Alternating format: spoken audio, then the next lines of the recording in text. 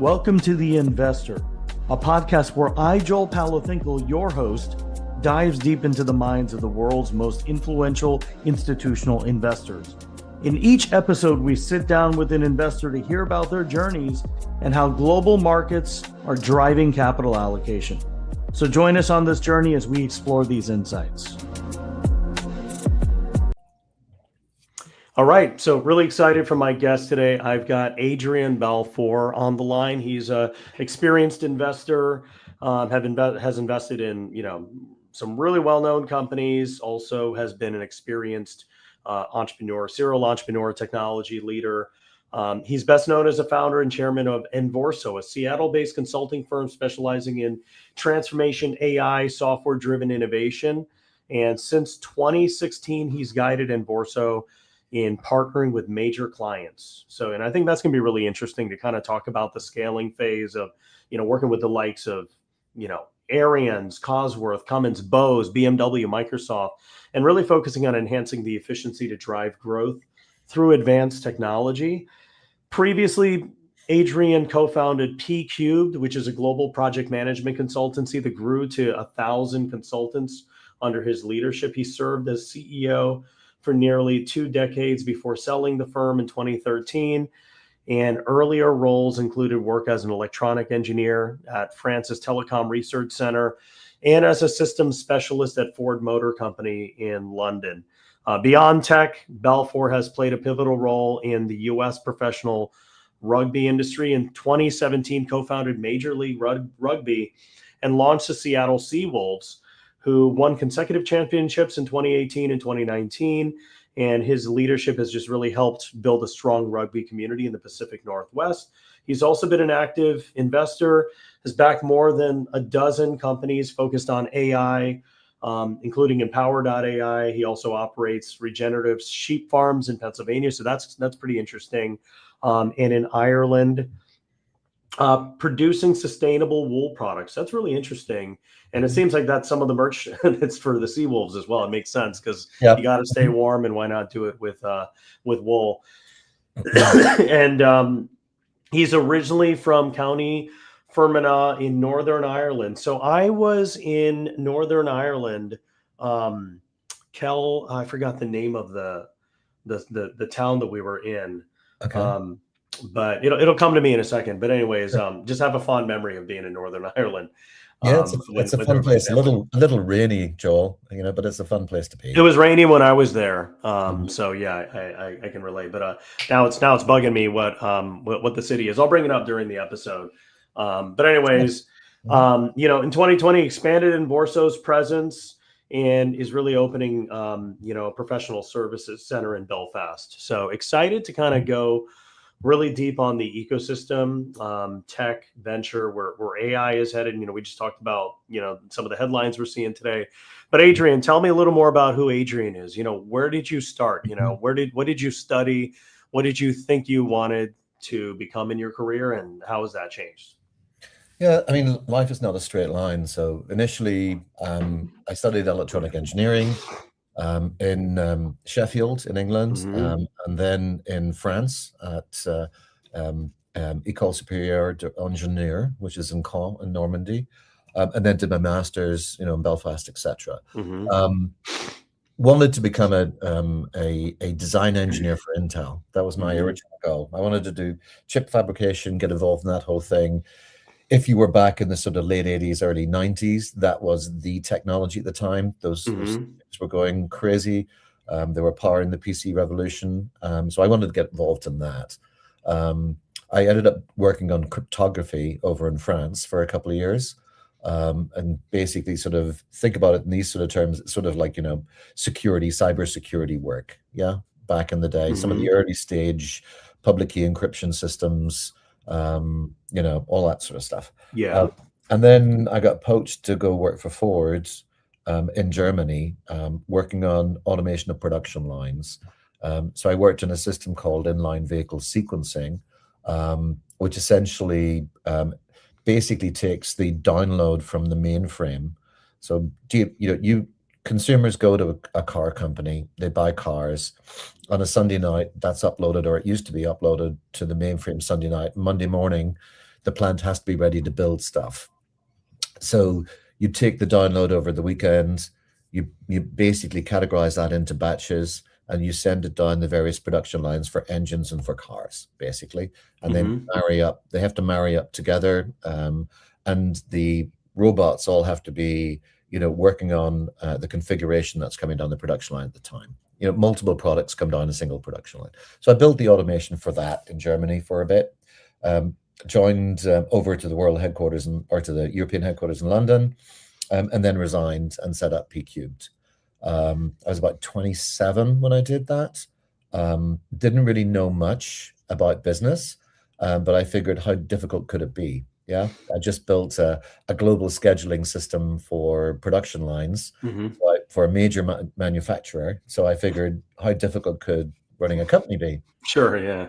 Yeah, was I in for a surprise, So I set it up in Detroit, moved to Detroit, set it up in Detroit, and grew it in the first year to about 6 people. Why did you choose Detroit? Was it just Automotive. strategically? Oh, automotive, yeah. Yeah, Got it. I Yeah. mean, I knew the automotive industry. Well, I'd been there for like 3 or 4 years. I knew the manufacturing side, and then I knew some of the issues from product development into manufacturing, right? So if you, like for example, there was a 2-liter dual overhead cam engine that the guys were building in PD, but when you tried to manufacture it, you couldn't actually attach the oil filter. Yeah. Simple stuff. So Sure. I kind of got into sort of like managing complex projects from that perspective. I founded PCubed, which was as a complex program management company, solving those sort of problems. And then, within sort of like, by the time I was like 30, 31 years old, I had 150 people working for me. So the company kind of scaled. We branched out to 17 offices in 4 continents. Basically cash flow from operations. So we took no investor capital at all.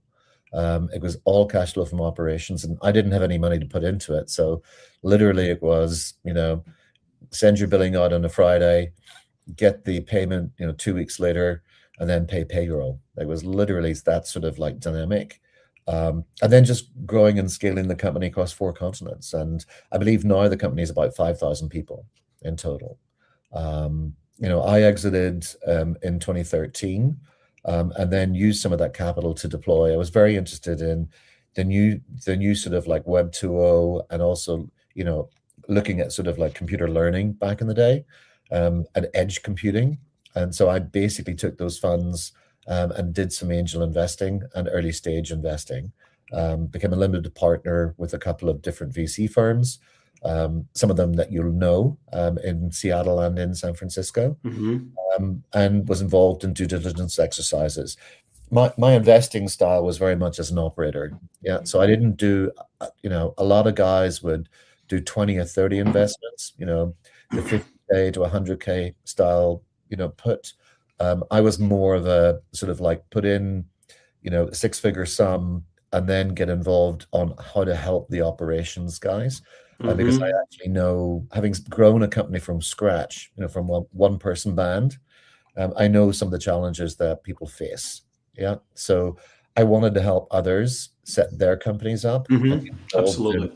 In, whether it was supply chain work, whether it was marketing work, sales, people, culture, that sort of stuff, So a couple things I want to unpack. So what advice would you have from the investor standpoint, along with being a founder, in terms of kind of navigating that exit, figuring out when is a good time to figure out it makes sense to kind of have this exit event? And obviously, there's so many different flavors of an exit. It could be an acqui-hire, it could be a blend of shares and cash. And I always, note this reference to everybody. I have a mentor named Mark Ackler, pretty well-known VC in Chicago, but he wrote a book called Exit Right.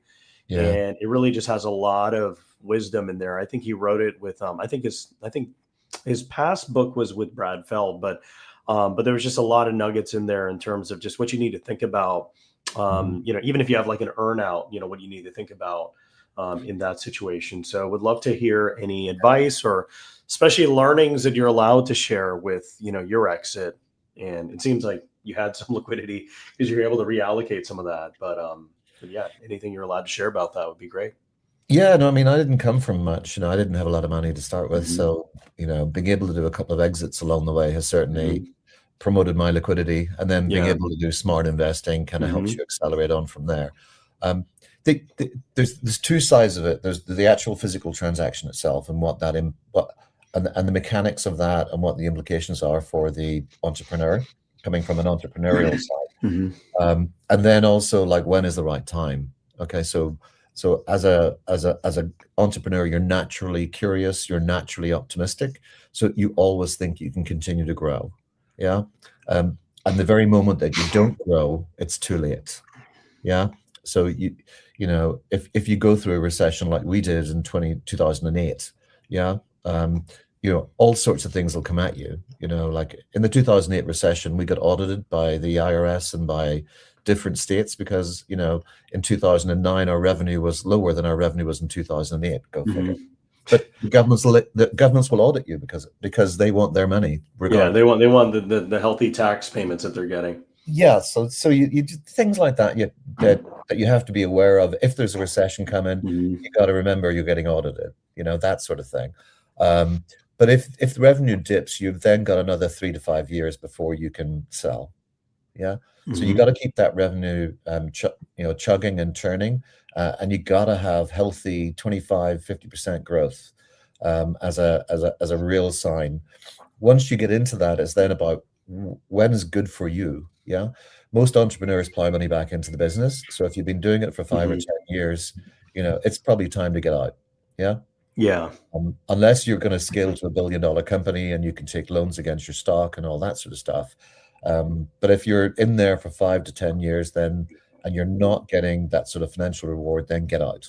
Yeah. I mean, a lot of VC funds will use secondaries to kind of give some liquidity to those founders that were like living on ramen Yeah. in the beginning, and also just deliver some liquidity to their LPs. It's like, look, we got some darts on the board, we got some DPI Yeah. as a fund manager, but the use case also is just like it's great for the founder to finally eat because it's been like 10 years, and a lot of times Yeah. they give them the nominal salary because they want to Mhm. like to your point, pile that back into the business. Yeah, so if you're not IPOing and you're not getting a really big acquisition, then you need to try Hmm. and go out there and sell. But in Yeah. the 5 to 10 year period, that's kind of your sweet spot. Hmm. Make sure you get your revenue well north of 25% growth per year. And then you're really taking a look at, the people that tend to buy companies are people you already know. So the people who are your business partners, the people that are sort of like one stage removed from your business, those tend to be the best acquirers, because they know you, they understand you, and people buy people. Yeah, Hmm. so you got to really, put yourself forward as, enthusiastic, bright. You're not going to run away from the business. As soon as you get a check, you're going to be there to help guide and steer it. But you need to, take a look at your network, one stage removed, two stage removed, and really go after those particular people. Brokers can help. The VC company can help. But typically it's on you to make the work happen. Hmm. Everybody else will assist and provide advice, from, the peanut gallery, but it's on you to make that deal happen. That's Sure. really the key thing. Yeah. One thing that I think is important also is just psychologically when an exit happens. So there's, I heard this the founder of Tiger Global speak, and he's shared this on several of his podcasts. But like a lot of times, his community, right, Tiger 21, it's these people that are. I think you have to be worth 10 million in Right. liquidity to be part of that group. But Hmm. a lot of those people they sold their company, so they came into some massive event Sure. and they just don't know what to do with the Yeah. rest of their life because they're just kind of that was kind of all they did for a living, right? That was their whole Yeah. life. When you're not doing work, you're thinking about working, right? So talk to me about kind of were It's you immediately ready to build something again, or did you take some time off? Or I was going to retire and just be an investor. hmm. Yeah, I was going to Sure. manage investments. And what I found from the investment side is a lot of guys were passive, you Hmm. and I was much more. If I saw a problem, I wanted to jump in and fix it. Right. Hmm. So we had a company that was a security company that we eventually sold, but they had a very poor supply chain, that they were, they had a factory in Indonesia. Their supply chain wasn't that great. Their inventory management wasn't that great. Their warehousing was kind of crap. So getting involved in that to try and fix that was Hmm. so it's like, if you see a problem, fix it. That's kind of my ethos. So I was a very bad, passive investor. Let's put it that way. But I got actively involved in all my investments, and they all tended to hit. So they all Hmm. were successful. And I'd like to think I had some, I had some part in helping those guys be successful, because I was able to roll my sleeves up and get involved. Going through that exercise, I'd retired, wanted to do investment, realized I was not a good passive investor. I was more an active investor. Um, and then, it was like, you're not retired. You're doing this. So continue to do it for the people that you like and the people that you want to help and work with, but then do your own things, like set up some new companies and see where that goes.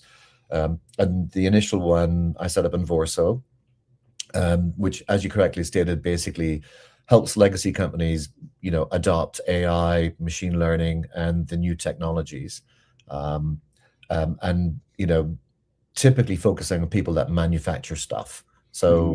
complex businesses that typically they ship a thing, whether it's a brick or whether it's a car, they're shipping something. And over time, technology has happened to those people. Like, even in Lego blocks, you're getting technology installed in Lego blocks now. So you can imagine the complexity in a car. Yeah. Sure. Um, so, you have to stand up software development groups within those businesses, that are functional, as opposed to just systems integrators. Yeah. So you have to build your own software versus, just hire someone to do it for you, and that's a different Hmm. mindset. So that was the genesis of that company. And then also I played rugby for about 16 years, over the course of my life as a player. And I looked at the landscape here in the US and saw that soccer was becoming a thing. And I couldn't understand why no one had a go at trying to set up a professional rugby league. Hmm. If soccer could do it, then the rugby guys could do it. So, Sure. so that was kind of a simple no-brainer type thing. And we got a bunch of guys together. We set up a professional league, and we've now been operating. We're going into our ninth professional season. Wow, that's amazing. Yeah, yeah. Hmm. Tell me, I guess, I guess a couple pieces of advice that I like from you. It's two parts. So, like, from the fund manager's perspective, Right. what should they think about? So we, as I mentioned earlier, we have an incubation program for emerging fund managers, and a Yeah. lot of them are thinking through their Mhm. fund manager strategy. So as fund managers are kind of developing their skill sets and kind of going out to build relationships with LPs, what's some advice you would give to them? And then also exited entrepreneurs, family offices, allocators, as they're kind of deciding between passive fund investing versus active direct investing. Any pieces of wisdom or just observations on that front as well? We'll love both perspectives from you. Yeah, I think, if you're looking at it from a fund manager perspective, it's like, how do you get in the deal flow? Hmm. Okay, so where are the deals happening? Where are the entrepreneurs coming through? And always go for the team. Yeah. Always go for something more than a PowerPoint. Always. Yeah. They've got to actually have proven they can deliver something. And they've got relationships with clients. They don't actually have to have landed a lot of clients, but they have to be in the game with Hmm. clients. Sure. So I would make sure that, number one, the team of guys and gals that you're investing in are sharp, smart, totally motivated, will walk through walls for you. Yeah. Will walk through walls for themselves, don't sleep, that sort of energy, Hmm. high energy. Um, they have to have a tech platform. They have to have something, that has proven their capability of delivering. Too many entrepreneurs I see have got some really smart marketing type stuff. They're very articulate, but when you scratch below the surface, they've basically got some sticky tape and band-aids, Hmm. around some public code they've grabbed off GitHub or something like that. So you gotta do your technical due diligence to make sure they're actually worth it. Sure. And then they've got to be able to be in the game with some customers. So, you know, whether it's Microsoft or whether it's Google or whether it's Target or Ford, some brand customers that are willing to give them a shot. What Don't, about portfolio construction? So as fund managers are thinking about the term of their fund, the portfolio construction, and their strategy, any observations you've seen recently, or just comments about that? yeah, I would say portfolio construction, you want to take a look at getting really good families, number Mm-hmm. one, to fund. So family offices, I think, are coming way more important than they used to be. Mm-hmm. So make sure you get really good family offices so that your LPs are strong and not going to be flaky and give you a hard time and all that sort of stuff. So make sure, number one, get your source funding right, get your family offices because they are becoming way more influential than anyone else at this Mm-hmm. stage. Get your family offices right. Um, and then sort of like when you construct your portfolio, take a look at the different, you got to be able a bit of a sensei looking into the future.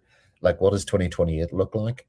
Mm-hmm. And when you look at 2028, take a look at the different types and categories and invest in the categories that you're interested, like what will be the number one thing in 2028 in each of the 10 categories you want to go after. That's the thing. And then go seek, don't just wait for people to kind of give you stuff, but then go seek actively in the deal flow the best companies that are there. I always like to do investments, being a Seattle guy, with somebody in the Bay. Mm-hmm. So I typically wouldn't do an investment that was purely Seattle based. It would be Seattle plus someone in the Bay Area. So you get a different perspective. And that's kind of where I would go. I think getting outside of the bubble as well, like, you know, a lot of companies will say, oh, I sell to other startups, you know. Sure.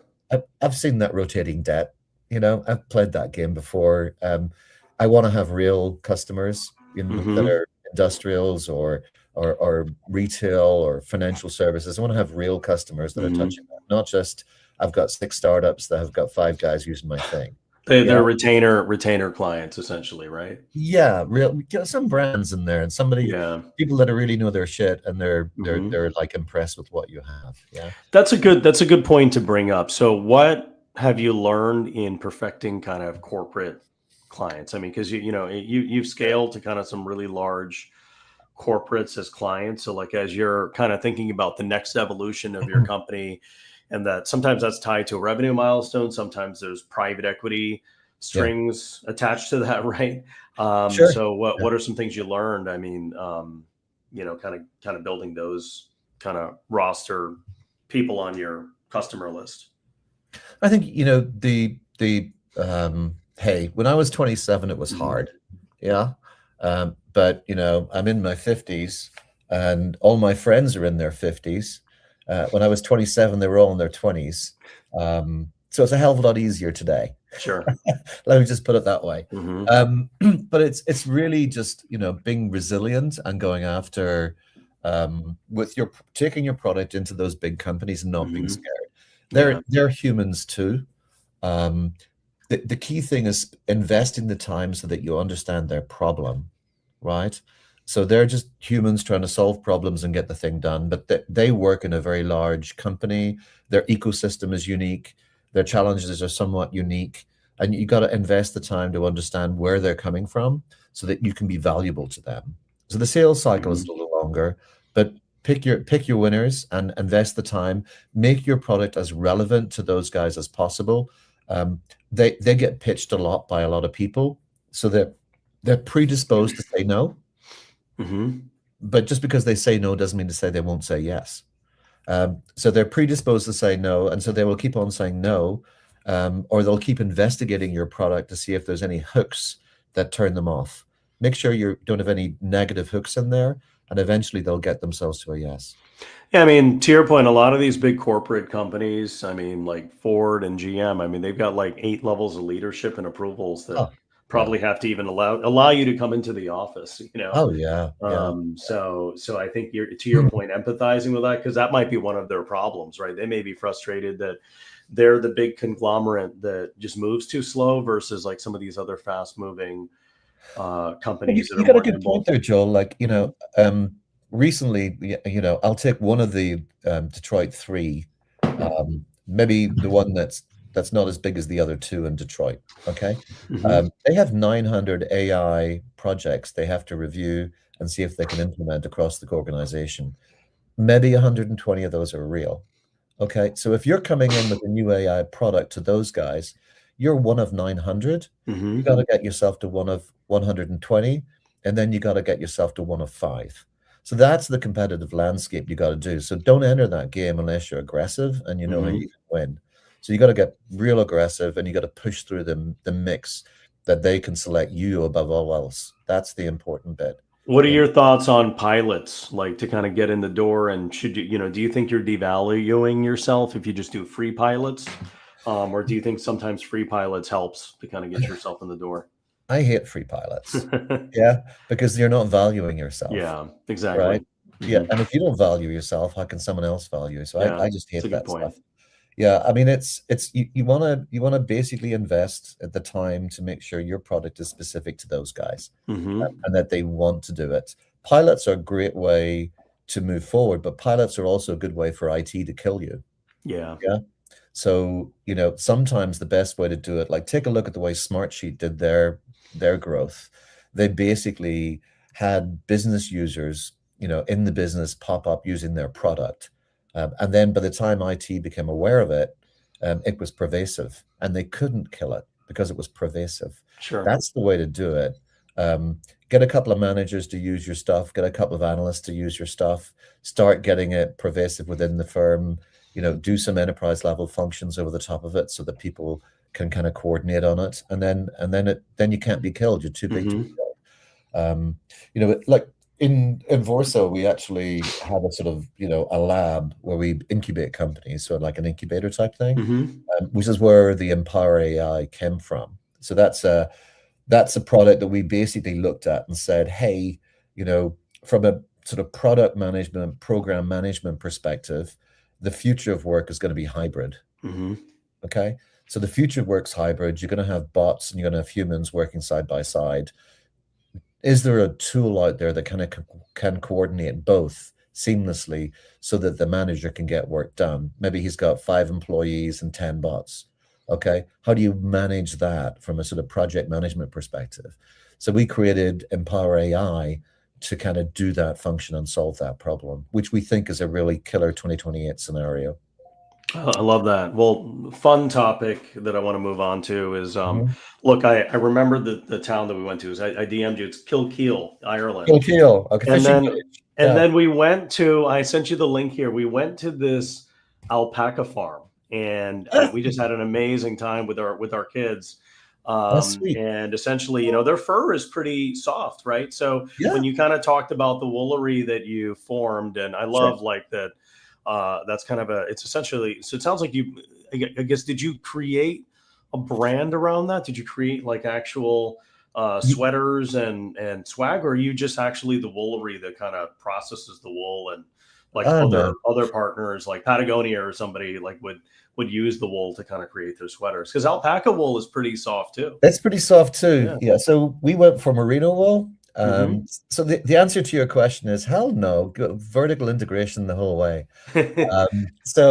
And also you're right, vertical integration into rugby, hats, sweaters, scarves, people love it. I love Um, that. but we're really going for the outdoor brand of people that want to have wool next to their skin because it's Hmm. hygroscopic, it's antibacterial. Okay. It doesn't stink. If you Hmm. wear it on a hike, you take it off, it's not going to stink because it's got that antimicrobial thing to it. And with the merino, your micron count is sub 20. Ours is about 15.7. Hmm. But you're looking at something that's kind of silky in nature. I'm wearing a t-shirt made of wool right now, for example, right? I So you love want that. that sort of stuff next to your skin. Hmm. So we basically bought a farm, bought a couple of farms in Ireland and over here in Pennsylvania, scaled up, um, figured out the supply chain, which is really tricky in the wool business. There's really not a lot of wool in the US, which kind of shocked me at the time. Hmm. Um, so we decided, okay, let's go for sustainable farm practices, carbon capture, sustainable Hmm. practices, not sort of bulk feed type stuff, but really get the animals out there in the fields. Um, make sure it's sustainable, get that going, and then do the shearing. And then, we currently use a company in Texas to then wash the wool, Okay. which is organic. And then we spin it up in Vermont at the moment, or Michigan. Uh, Hmm. and then we actually manufacture the clothing in Brooklyn. Okay. Using some Interesting. yeah, we use state-of-the-art machines in Brooklyn to kind of Hmm. manufacture the thing, and then we sell it on our website. And Interesting. also, So the website is Fern Hall Estate. Is yeah, that you got it. okay? Yeah, Yep. So you can go there. Let me just pull this up. Look at some of the swag here. yeah, you go there and take a look. Um, So we've been doing it for about 5 years. So mhm. getting the sheep up to the numbers you need, like you need a couple of hundred, maybe even 1,000 plus. So Yeah. getting the numbers up gives you, and they breed once a year, so it takes a Hmm. little bit of time, right? So you get the numbers up, I love and the then brand too, and quality is. And who comes yeah, up with the designs? Do you have like a? Do you come up with all the designs, or do you have a partner that gives different styles and designs and stuff like that? I have a partner who also happens to be my boss in life, my Okay. wife. Sure. Um, so she was a finance director at Microsoft back in the day, Hmm. which is when we met. And then she moved over into product marketing for the Microsoft embedded business, and also their mobility business. So she was Hmm. involved. She was a professional for about 20 years in finance and marketing. Hmm. So then she's been kind of leading like the logo and the brand and all that sort of stuff. Yeah. Yeah, Yeah, I mean, she leads that's that. great. She would tell you I'm terrible at naming companies. I mean, PCubed and Envorso, she'd say I'm terrible at it, but what the hell, It But seemed like you did okay. So. yeah, she's been doing that. So we have a bunch of employees that work on that. We started out figuring out the supply chain is Mhm. tricky. Getting that working, and then producing high quality produce is the key. And Um, it's just considered one of your incubated companies because this is kind of something that it's a new spin out. Yeah. Yeah, this And is it. this is this is an incubator. It's not in Envorso. This is something Mhm. that we've kind of just done ourselves, like, Yeah. same as we founded Major League Rugby, same as Hmm. we founded Envorso. This is another company that we founded, and we're charging on and moving forward on. And Hmm. our vision is this will be, a premier brand for wool products that are next to your skin. Yeah. Yeah. And don't itch, don't scratch. They're Hmm. healthy, and therefore outdoors people. So whether you're a sports guy, on a field playing rugby, or you're hiking, or you're going skiing, having that sort of like brand next to your clothing, next to your skin, will feel comfortable, and Hmm. you won't go to the bar afterwards and stink like everyone want to kick you out. So Yeah. yeah. So it looks like this is also a real estate. I mean, you guys have an estate as well, so people Oh can. yeah. So Yeah. so it's kind of the whole experience tied together, right? You got the Yeah. estate, and you can visit the farm, and then it's kind of the brand is kind of tied to that real The estate, Yeah, you essentially, you right? you gotta have the if you're gonna it's not just a clothing brand, Yeah. right? So it's a clothing brand where you can Hmm. trace your product to the back of a particular sheep. So you Yeah. can I love trace it that. right back to that sheep. Yeah. And you Hmm. can come visit the sheep.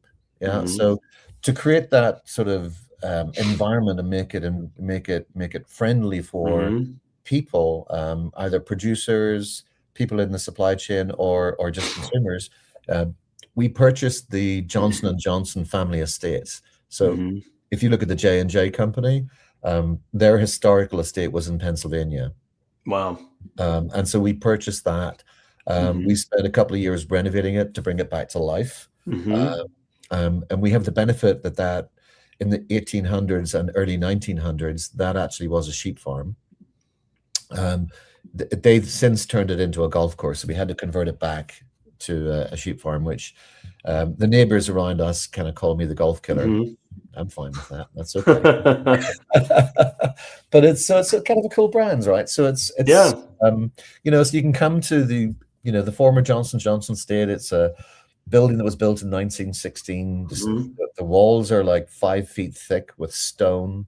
It's a grand old mansion, kind of a Hmm. European style mansion, like Yeah. castle type thing. And you get out there, you can see and interact with the sheep.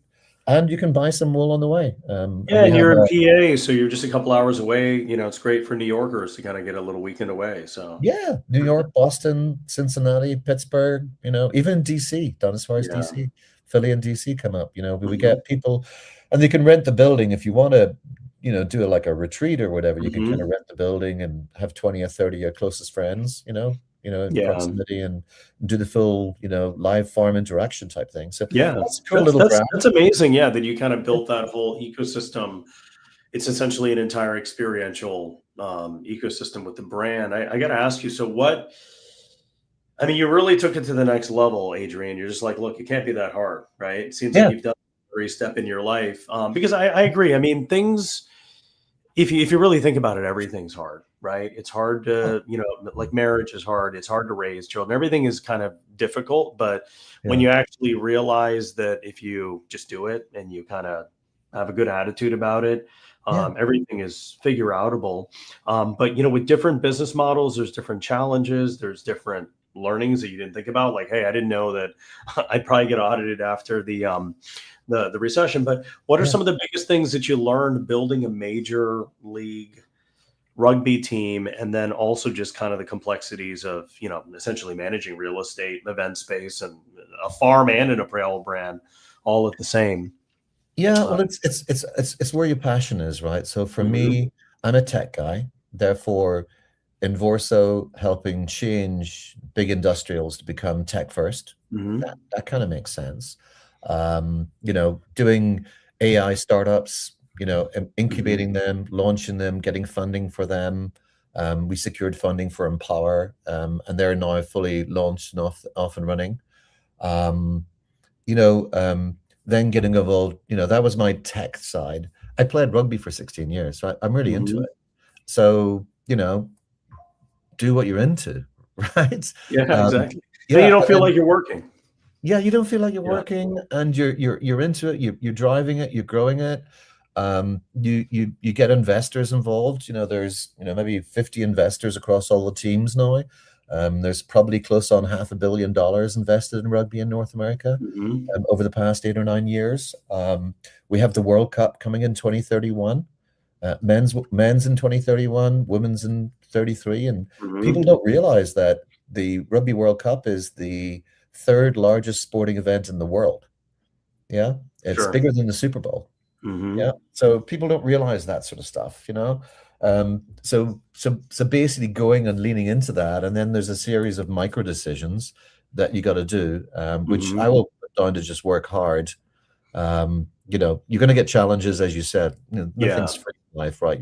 Your wife, your kids, etc. So, just work hard and work through those challenges and make smart Mhm. decisions. And the same goes for the experiential led wool products on the Few, yeah, Fern Hall. Um, Yeah. Again, it's my passion. I grew up in a farm, Mhm, yeah. So it's a passion. So I've leaned heavily into the three things that I mhm. really love. Yeah. And I do that, and it becomes it's not working. It's just kind of fun. The difficulty for me though is context shifting. I don't know if you've Sure. found this, Joel, but you're spinning multiple plates. Like so you got three basic big things, and within Mhm, those big things, there's mini plates that are spinning like crazy. And so shifting from one lane to the other lane is mhm. kind of tricky. And Yeah. that is a skill that you got to train yourself to do. Yeah. Sure. And Yeah, don't be scared. sometimes that could be a challenge.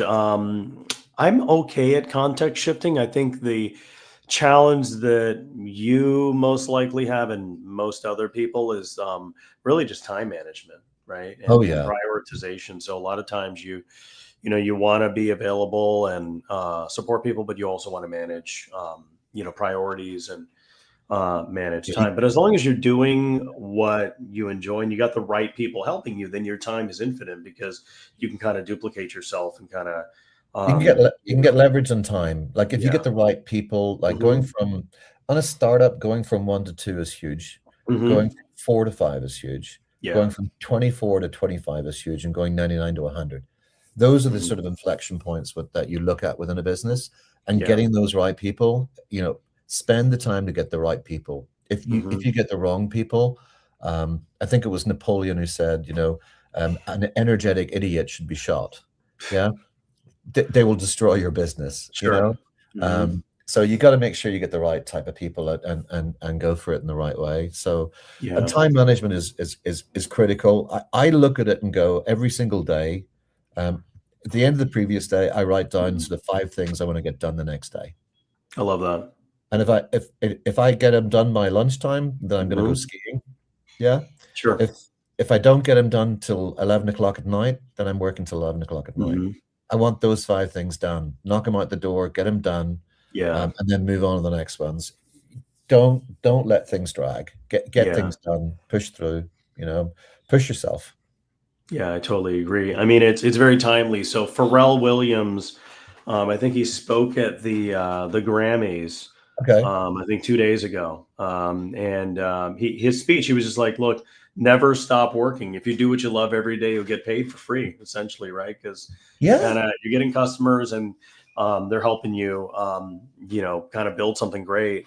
And you're supporting them, but it's like what you really love. So essentially, Yeah. you're getting paid to do what you enjoy doing. So Yeah. because I a lot of people go through mean, life doing things that they don't actually love, because maybe they feel that they have to. And and that's a challenge. and don't do that. Just don't Hmm. do that. You know, Yep. if I went back to like my 27-year-old self, I basically said I'm going to set a company up. Hmm. And then I'm gonna, sell it in 3 years. Well, 3 years in, there was 100 people, and I was having a ton of fun. You Hmm. know, I was a kid from Ireland that was living in Detroit, and I was setting offices up in New York and San Francisco and Seattle and Texas, and I had an office in Germany and an office in France, an office in London. Like, I'm having fun. Why the Yeah. hell would I sell this thing? And then eventually, it gets big enough where, it's like, I had never ran a 3,000 person company. So it gets big enough that it becomes complicated and you go like, Hmm. "Oh, but then I'm just going to sell it." And you do that, and then you take the lessons learned and you apply it into the next one and the Hmm. next one and the next one. And you just get better and better, and you fine tune your skills. That's how the game works. Uh, Yeah. yeah, that's you just kind of move from one to the other and just keep charging. That's important. Never Yeah, give I up. mean, I think you had a different situation because you had an exit. I've also, I shared this with my team a couple months ago, but like there was a private equity backed CEO. He was on the team before they were private equity backed, and Uh-huh. I think the levers that he was pulling to scale and the way that he was running the company was expected to be done differently once he took on some private equity Oh yeah. revenue. Hmm. And the lesson from that is, a CEO that initially ran the company may not be the right fit for like a private equity backed CEO. Yeah. That's kind of maybe, and you may want to get somebody that's gone through that process already that kind of knows how to play that game. But sometimes, I mean, and we've seen this already in early stage companies that go public. A lot of times, the founder's not in the picture anymore. No, you And move and into the there's CTO role, those Mhm. types of things. Yeah. The skill set that goes 0 to 1, I call it like Hmm. 0 to 1 versus 1 to 100. The Yeah. skill set to go 1 to 100 is different than 0 to 1. Yeah, I Yeah. totally agree. I've been lucky in my life. I've been able to do both. Hmm. Yeah. Which is a pretty transformative skill set to develop. But most people don't do that. Hmm. It's a hard thing to do. And I think, for me, it was from sort of 2013 to 2017 when I was working with VCs. I was working with some of the large VCs as an LP, working on due diligence, etc. That kind of helped educate me, because it is a totally different skill set. You're right. Yeah, Yeah. absolutely. Well, hey, Adrian, I really appreciate this. This was Yeah. amazing. Really learned a lot. What I usually do at the end of these episodes is Mhm. I'll just ask for one piece of wisdom. It could be from a mentor, it could be from an old friend, from like Mhm. one of your 27-year-old friends that are now in their 50s, Yeah. or it Uh-huh. could just be someone that you look up to. So just whatever you want to share with us as just one piece of advice or wisdom. Don't give up. Hmm. Just don't give up. I mean, and always the first step is the hardest. Hmm. Once you make that first step, everything else becomes easier. Sure. And you just got to keep going. Don't give up. Yeah. That was taught to me a long time ago, by a French guy. back in the day, and he was right. Don't ever give up. Well, Adrian, thank you so much. Congrats on all the things that you've built and are continuing to build. And Sure. I actually am on the Airbnb page because we always look at places to get away Oh, on the cool. weekend. So it might be kind of a fun experience. So maybe you'll see me on the farm at some I point. look forward to hosting you. I think you'd love it. I think you'd love Yeah. it. We have Yeah, I'm in New York horses. City, so a couple hours away. So it looks Oh, kind cool. of cool. We have horses. We have pigs. We have chickens. Fresh farm eggs. It's a fun place to be. You should Amazing. come up. Yeah. Come on up. I'll host you there. Amazing. We'll love that. We'll have coffee and a beer. I love Okay. that. Well, thank you so much, Adrian. This is amazing. Cool. And have a great rest of the week, everybody. Okay. All All the right. best, guys. Take Bye care. now. Bye.